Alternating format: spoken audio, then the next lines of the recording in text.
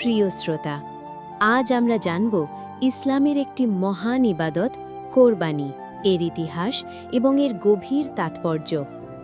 কোরবানি শুধু পশু জবাই নয়, এটি ঈমান, ত্যাগ, ভালোবাসা এবং আল্লাহর প্রতি পূর্ণ আত্মসমর্পণের প্রতীক। চলুন আমরা ফিরে যাই হাজার হাজার বছর আগে। এই কাহিনী শুরু হয় মহান নবী হজরত ইব্রাহিম আলাইহিস সালামের জীবন থেকে। তিনি ছিলেন আল্লাহর অত্যন্ত প্রিয় বান্দা। আল্লাহ তাকে বিভিন্ন কঠিন পরীক্ষার মাধ্যমে যাচাই করেছেন, কিন্তু তার জীবনের সবচেয়ে বড় পরীক্ষা ছিল তার সবচেয়ে প্রিয় জিনিস, তার সন্তান। দীর্ঘদিন অপেক্ষার পর আল্লাহ তাকে একটি পুত্র সন্তান দান করেন, হজরত ইসমাইল আলাইহিস সালাম। তিনি ছিলেন তার চোখের মণি, তার জীবনের সবচেয়ে প্রিয় সম্পদ।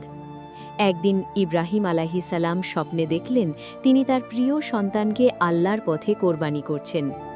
নবীদের স্বপ্ন সাধারণ স্বপ্ন নয়, এটি ছিল আল্লাহর পক্ষ থেকে একটি নির্দেশ। একজন পিতার জন্য এটি কতটা কঠিন তা ভাষায় প্রকাশ করা যায় না। তবুও ইব্রাহিম আলাইহিস সালাম আল্লাহর আদেশ মেনে নেওয়ার সিদ্ধান্ত নিলেন। তিনি তার পুত্র ইসমাইল আলাইহিস সালামকে বললেন, হে আমার প্রিয় সন্তান, আমি স্বপ্নে দেখেছি আমি তোমাকে কোরবানি করছি, তুমি কি বলো? এই মুহূর্তটি ছিল খুবই গুরুত্বপূর্ণ। ইসমাইল আলাইহিস সালাম এমন একটি উত্তর দিলেন যা কিয়ামত পর্যন্ত মানুষের জন্য উদাহরণ হয়ে থাকবে। তিনি বললেন, হে আমার পিতা, আপনি যা আদেশ পেয়েছেন তাই করুন, ইনশাআল্লাহ আপনি আমাকে ধৈর্যশীলদের অন্তর্ভুক্ত পাবেন। প্রিয় শ্রোতা, এই কথার মধ্যেই লুকিয়ে আছে প্রকৃত ঈমানের পরিচয়। একজন পিতা এবং একজন পুত্র দুজনেই আল্লাহর জন্য নিজের সবচেয়ে প্রিয় জিনিস ত্যাগ করতে প্রস্তুত। এরপর তারা রওনা হলেন সেই স্থানের দিকে যেখানে কোরবানি সম্পন্ন হবে। পথে শয়তান তাদের বিভ্রান্ত করার চেষ্টা করল। তুমি কি করছো? নিজের সন্তানকে কোরবানি করবে? কিন্তু ইব্রাহিম আলাইহিস সালাম শয়তানের কুমন্ত্রণা প্রত্যাখ্যান করলেন এবং আল্লাহর প্রতি তার বিশ্বাসে অটল থাকলেন। যখন তারা কোরবানির স্থানে পৌঁছলেন, তখন ইসমাইল আলাইহিস সালাম নিজেই বললেন, হে আমার পিতা, আপনি আমার চোখ বেঁধে দিন যাতে আপনার মনে দয়া না আসে, আর আমাকে কপাল নিচু করে শুইয়ে দিন। এই দৃশ্য কল্পনা করলেই হৃদয় কেঁপে ওঠে। এরপর ইব্রাহিম আলাইহিস সালাম আল্লাহর নাম নিয়ে ছুরি চালালেন, কিন্তু আল্লাহর রহমত ঠিক তখনই নেমে এলো। ছুরি চলল, কিন্তু ইসমাইল আলাইহিস সালামের কোনো ক্ষতি হল না।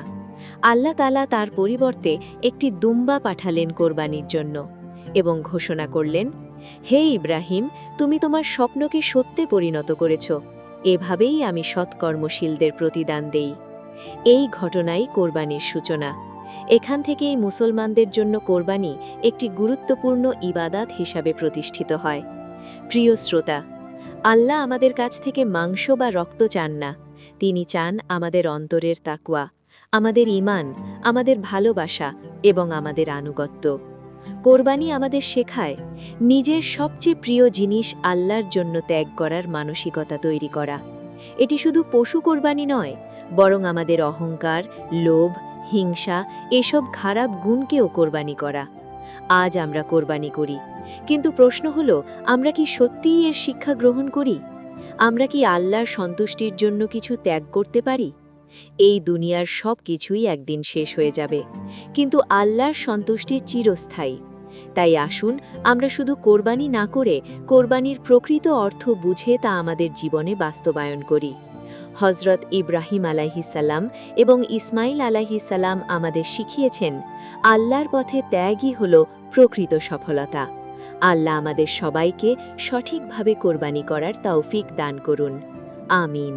ওয়াসসালামু আলাইকুম ওয়া রাহমাতুল্লাহ।